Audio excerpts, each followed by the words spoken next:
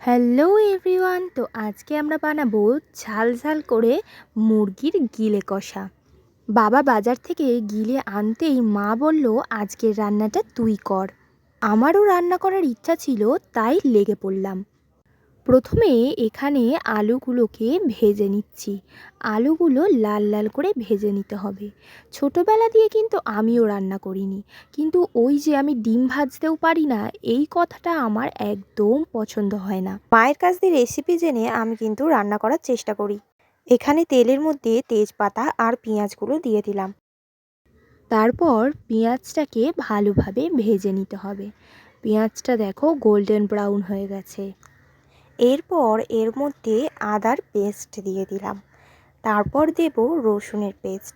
রসুনটাও দিয়ে দেওয়া হলো। এরপর ভালো করে নেড়ে পেঁয়াজের সাথে আদা রসুনটাকে মিশিয়ে নিতে হবে, যাতে আদা রসুনের কাঁচা গন্ধটা চলে যায়। এখানে কিন্তু আমার পেঁয়াজটা ভাজা হয়ে গেছে। এবার এর মধ্যে এক একে মশলাগুলো দেব। ধনে গুঁড়ো দিলাম, এবার দিলাম জিরে গুঁড়ো, এইবার দেব লঙ্কার গুঁড়ো আর দেব হলুদ গুঁড়ো।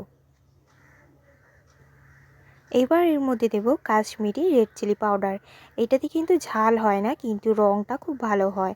এবার অল্প জল দিয়ে মশলাগুলোকে ভালোভাবে কষিয়ে নেব, যাতে মশলার কাঁচা গন্ধটা না থাকে।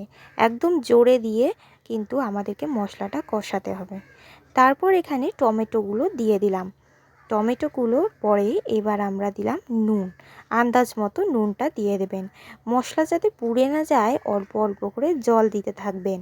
তারপর গিলেগুলো এখানে দিয়ে দিলাম। এক এক করে পুরো গিলেটা এখানে অ্যাড করে দিতে হবে। তারপর ভালোভাবে গিলেটা মশলার সাথে কষিয়ে নিতে হবে।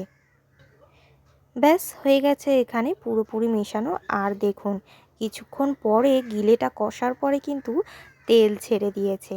আর এখনই দেখতে কি সুন্দর লাগছে, আমার তো দেখে এখনই জিভে জল চলে আসছে।